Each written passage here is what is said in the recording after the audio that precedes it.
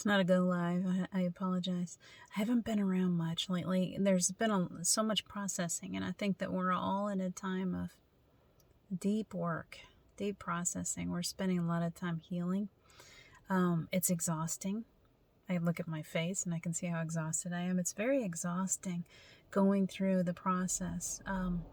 Some of us have not come here to be like anybody else. We're not like other people.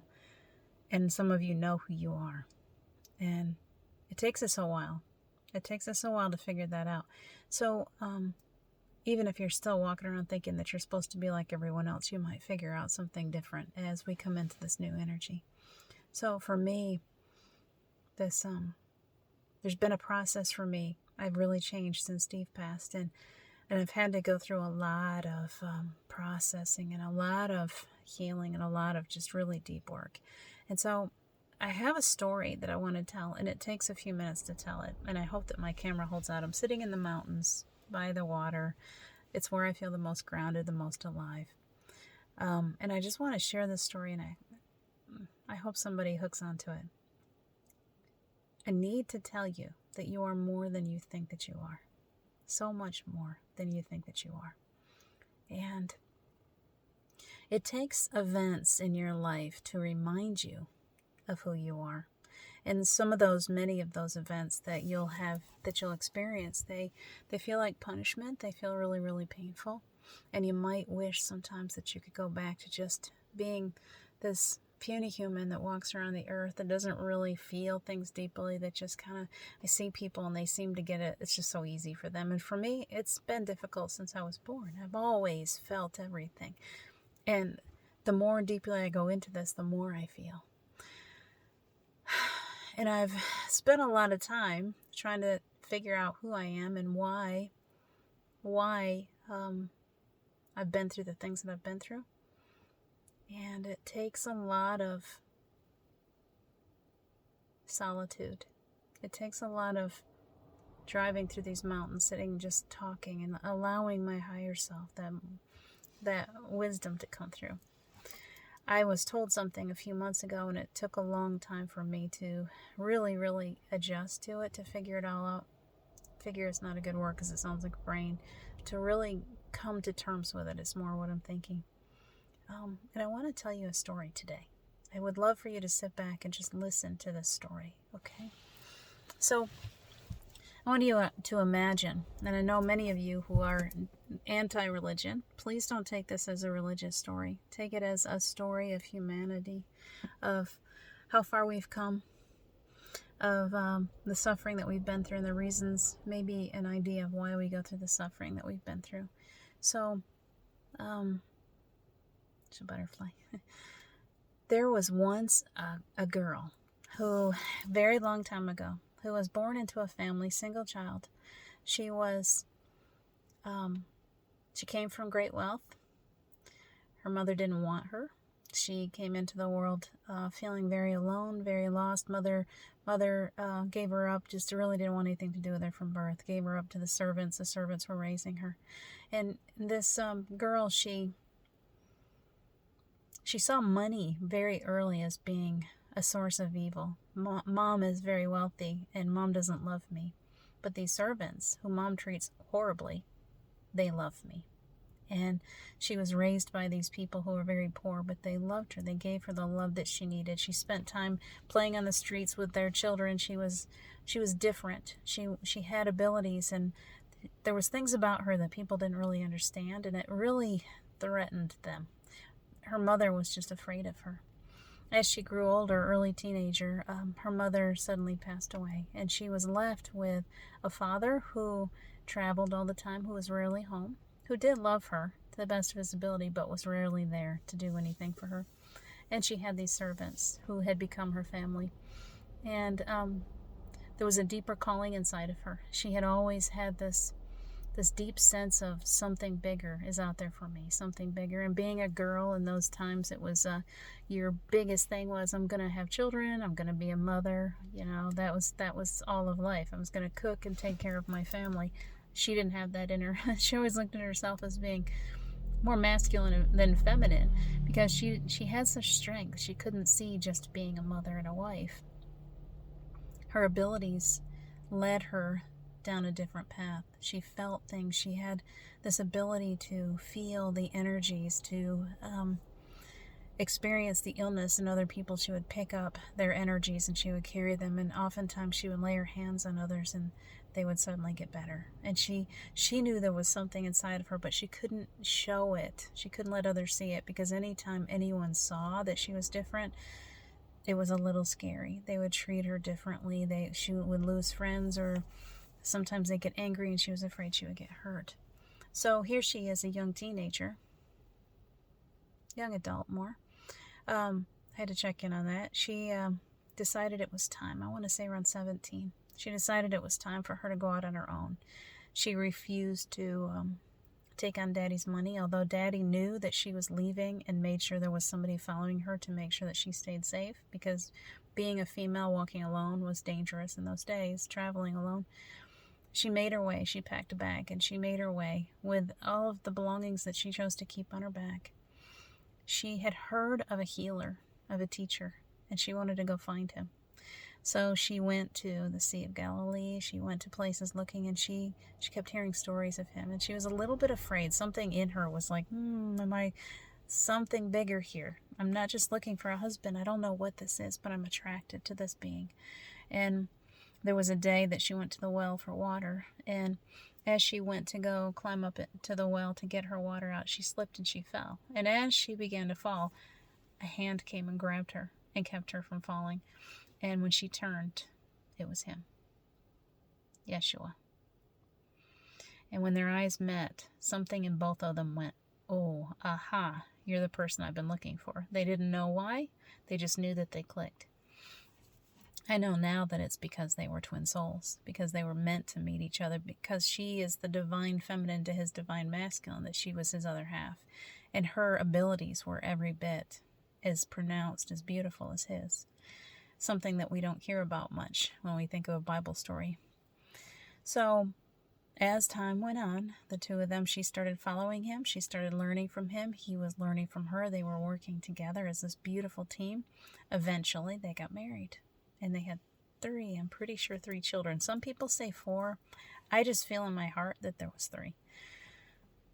Yeah, I really do. I get a big yes on that. And so they were working together. They were healing. She had to heal quietly. Being a female, they had to make it that he was the one in control and the one that was gifted, and yet she was quietly working in the background. She was also working to heal him, which is why the Bible says she washed his feet, because his feet were so damaged by all the walking that he did. I really got through at one point that one of his feet was kind of turned in a little bit because of the way that he was carried in the belly, in Mary's belly, and so he always kind of had an issue with his right foot. And she sensed that in him, and so she worked to heal and help him to be able to do his work better. And it was a team truly made in heaven. Over time, they knew that things were going on. Now, I want you to understand that because she had such a hatred for money, she left her own lineage behind. She left her own the money that she could have gotten through her father, who was quite wealthy. She didn't claim any of that. She really saw money and people who had money and power as very, very evil. Now, Yeshua did not feel the same way, although he truly was drawn to help the weak and the poor. And that made him a threat to the wealthy, because the poor, even some very beautiful souls that had money, would come to him. And he started to create such a huge following through his gentleness, through his unconditional love, and hers also. The two of them together, they made a beautiful team. And many people were healed. Many souls woke up. It was just a very beautiful time. To have them both together on earth was a miracle, and we have missed that. Most of the Bible stories, you don't see that partnership between the two of them. You don't see it at all, really, in the books that we have established. So he had this beautiful partnership, growing a family of very gifted children also. Imagine the two of them coming together. The children were so gifted. Very gifted metaphysicians. That's why he could walk on water. That's how he turned the water into wine. It was metaphysical. He was an alchemist, and so was she. So they posed a threat to the very wealthy. They scared them because they gathered these followers. Well, if people started to follow them, they were getting free healing, they were getting free services. Then why would they fall for the stuff that these wealthy ones were trying to throw to them? They didn't need it. And so that was a big threat. These wealthy people were losing followers. They were losing money. So there came a point where Yeshua knew. He was told that his time was almost up, that things were going to happen, that it was dangerous for his followers. And he asked for his apostles, he asked for his followers to take his family and hide them. And they did take the children. And Mary and Joseph, mother and father, they all went away. Mary, or Yenya, as I would call her, she couldn't leave him. And I believe it was Peter also that didn't leave. And so when he was taken, it was so difficult for her. So difficult to watch him be taken away. And so she wouldn't stay away from him. She decided that she was going to put on beggar's clothes and she was going to be there for him, whatever happened. And a part of her, she never could believe that they would kill him. And a part of her, she just never could let go of hope that everything was going to be okay, that somehow she was going to be able to save him. So she comes down on the day the day after they had taken him. She came down to where everything was taking place, and she saw how abused and how ripped apart he was, and how he was bleeding and tortured, and yet there was still love in his eyes. And she hid amongst the people as a beggar along with Peter. She nearly passed out a few times just watching. Now you need to understand that as twin souls, they both felt one another's pain as much as they felt love. So she suffered with him. She helped carry the weight of the pain and suffering in her own body. So it was very difficult. It was more difficult than anything you can imagine to be there and to watch this man she loved so much suffer that way, and to also feel his pain in her body was pretty unbearable. And so a few times she passed out, and Peter just kept helping her. And he wanted to take her away, but she wouldn't leave. For hours she stayed. There was a point where she suddenly felt the need to call angels and to help them, to call them in to help with this situation. And she had come to the place where she realized that there was no saving him at this point. She looked at his face, and they had cut his tongue out to keep him from telling his followers that he still loved them. Other things happened, and I'm not going to go into it, but it was a very torturesome time. And so as she gathered her strength, and she started calling in the angels to assist, there was one angel that came in to the body of the centurion that was standing beside him, guarding him, and took his sword and poked his stomach with it, stuck it right into the belly where all the fluid had been gathering and keeping him. He was alive, but he was suffering so greatly because the fluid was gathering around his internal organs, and it was stressing his heart and his lungs, and all of everything was getting stressed. And so it was extremely uncomfortable, and yet he still wasn't dying. He was still lingering, and he was still in so much agony. So when that happened, and she felt responsible because she had asked for help from the angels, she had asked for relief of his suffering. When he was poked in the belly, it relieved him enough that he finally let go. He let go. He stopped fighting the process of death, and his soul, his spirit, left his body.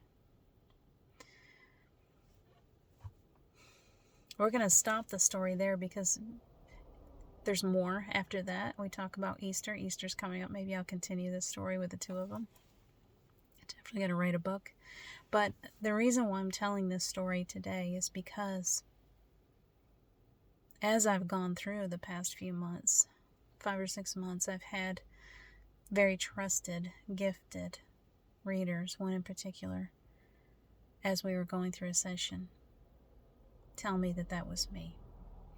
Now, I know that there are many people who will claim to be or carry the energy of Mary Magdalene, Yenya, And many people do. They're not lying. That's the truth, is that Ascended Masters, these beautiful souls, they break into so many. She has had to have so much healing from that horrific event that she split off into many. And she has been splitting off into many for many years. And I've been there many times. Part of me has been there. I am her, she is me. We have a connection, a soul connection. Somebody hit a butterfly.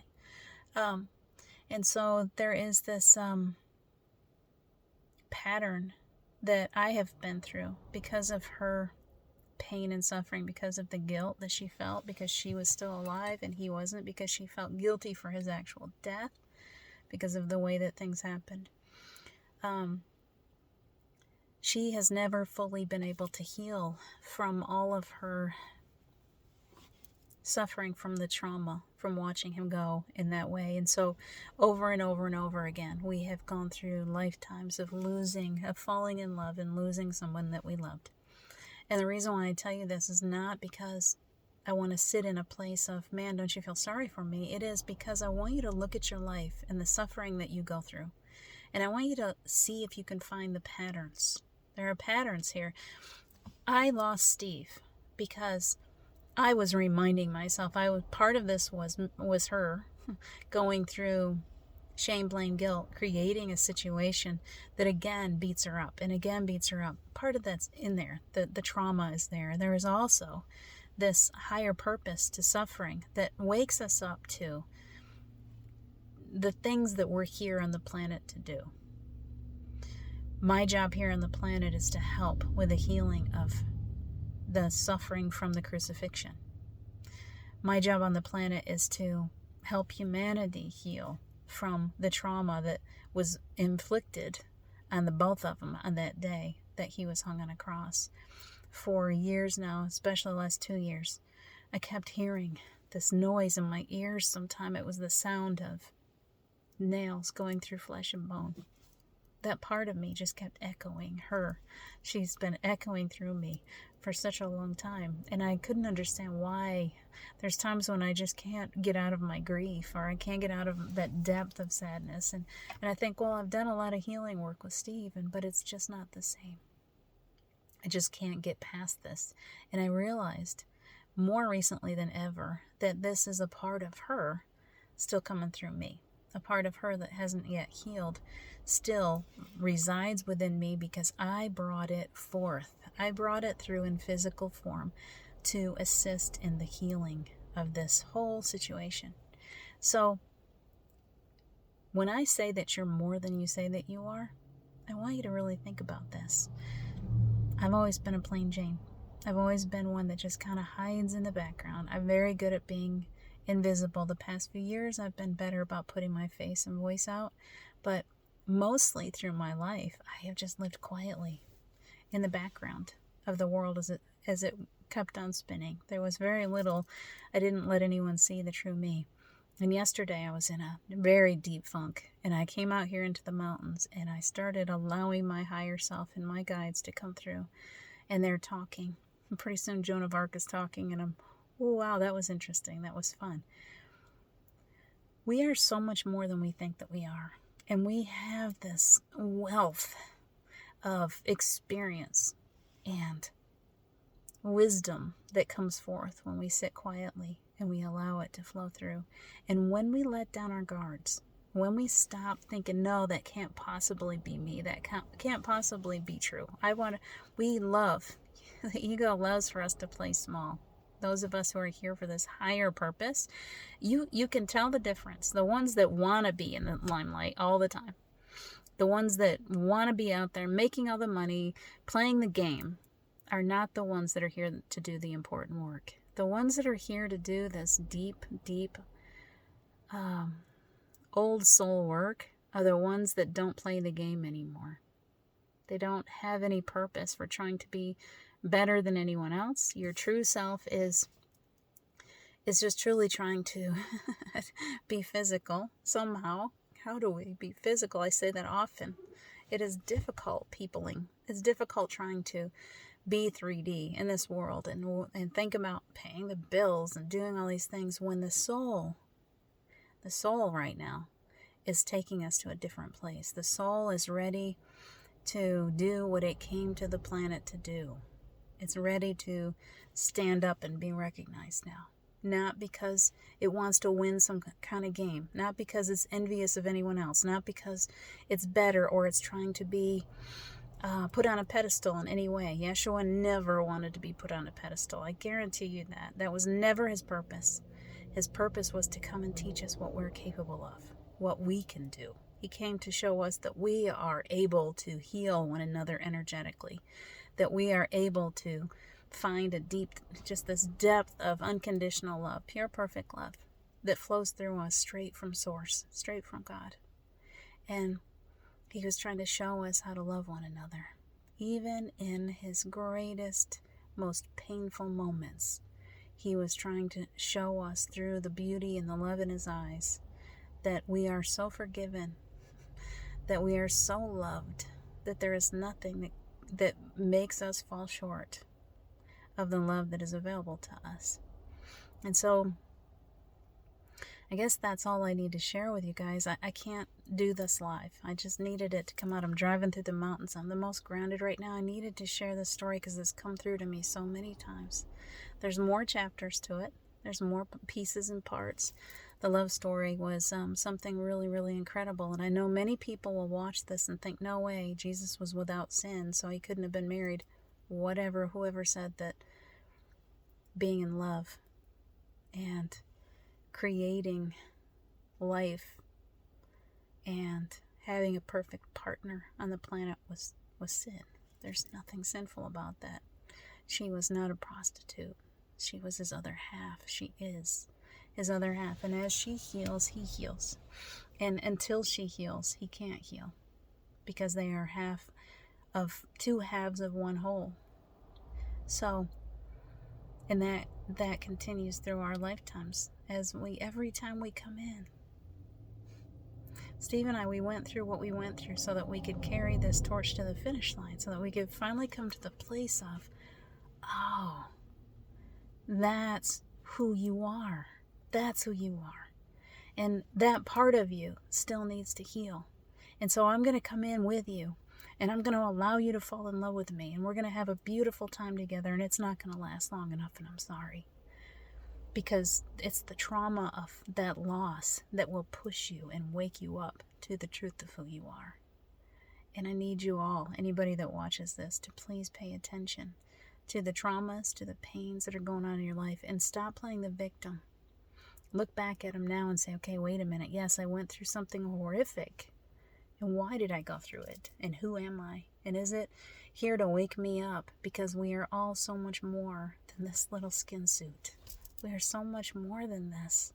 So much more. This is like a puny little minuscule piece of who you are. You're so much more. And it's time to wake up. It's time to wake up. We got work to do.